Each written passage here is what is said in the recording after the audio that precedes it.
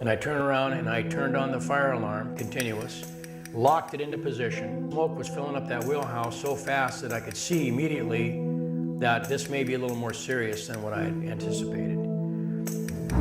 Now my port raft's gone. The survival suits that I had in the Jacob's ladder box, it's completely engulfed in flames, and now the flames are probably 40 feet up on all sides, and we have another explosion. And I'm screaming, do you have everybody? Do you have everybody? Raul, do you have everybody? Yes, Dave, yes, Dave, yes, Dave. And he's getting further and further, and finally he goes inside, he zips the door down and closes it. And they're gone. And I looked right into his eyes, and I remember to this day as I'm looking at you, he said, Captain, are we gonna die today? And I said, yes, Merrick, we're gonna die.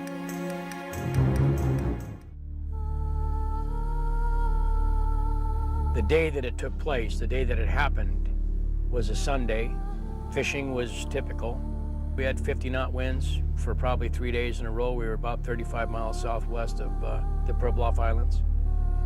It was no different than any other commute. You know, we were kind of in the trough, in the ditch. We were running back up to the northwest. And we took a wave on the starboard stern quarter. I remember thinking about the cook being really mad, being really angry because it probably shifted everything in the galley and knocked food and guys chasing their plates. And I mean, this is not uncommon for that type of year.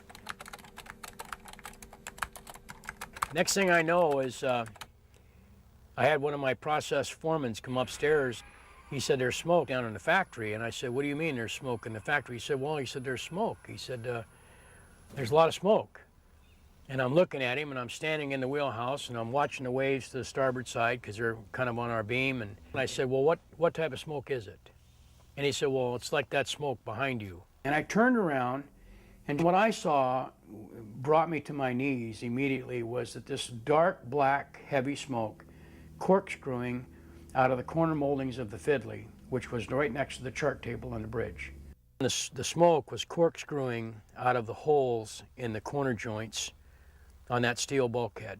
And they were corkscrewing out, and it was a real thick, black smoke. I said, go get the chief engineer, tell him we've got a problem, get him going, announce that there may be a fire down below. And I turned around and I turned on the fire alarm, continuous, locked it into position.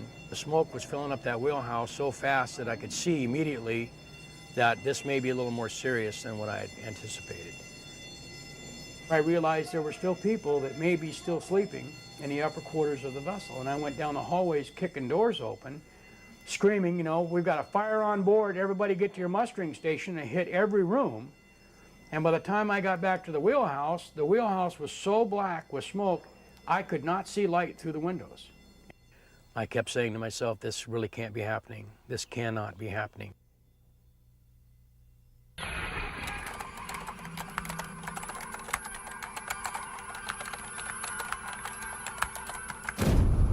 The next thing I feel is this boat rock violently and this explosion that took place, and now I've got people screaming, man overboard. And I turned around, I looked at the back deck through the back windows of the wheelhouse, and I see the crew barreling out on the stern. And everybody that was coming out of there was gagging, and they were coughing, and everybody started screaming, man overboard. I felt so alone, not knowing what was going on. How can I control or help direct anything? Because there's no information. I'm waiting, literally waiting. I'm jumping on the phone, I'm trying to call. People are screaming, man overboard. I'm going, what do you mean, man overboard?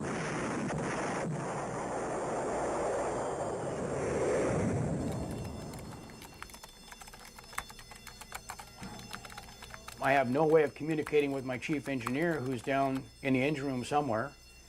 My assistant engineer is down below somewhere. 17 of my people are up on the back deck. Smoke is pouring out of every orifice on the vessel. The fire team, of course, responded immediately. And in the process of that, they opened a door of a Fiddly in the old boiler room that looked down into the engine room. And when they cracked that door and saw the flame down below, they slammed the door shut. They had Scott air packs, but they couldn't see, they couldn't maneuver. The smoke was completely through the entire vessel on the O1 level inside the factory area and the setting area. Went to the stern of the vessel and opened up a 3 by 3 foot hatch. opened it up, pinned it open, hoping that the smoke would evacuate the area, the space. I heard in the wheelhouse, 3 levels up, a gulp, if you will, I don't know how to explain it, a gulp of air would be like some canister or some space that was opened up and the air would came in, and I remember vividly hearing that sound. And it wasn't much longer than that was our first explosion, later determined to be a backdraft explosion.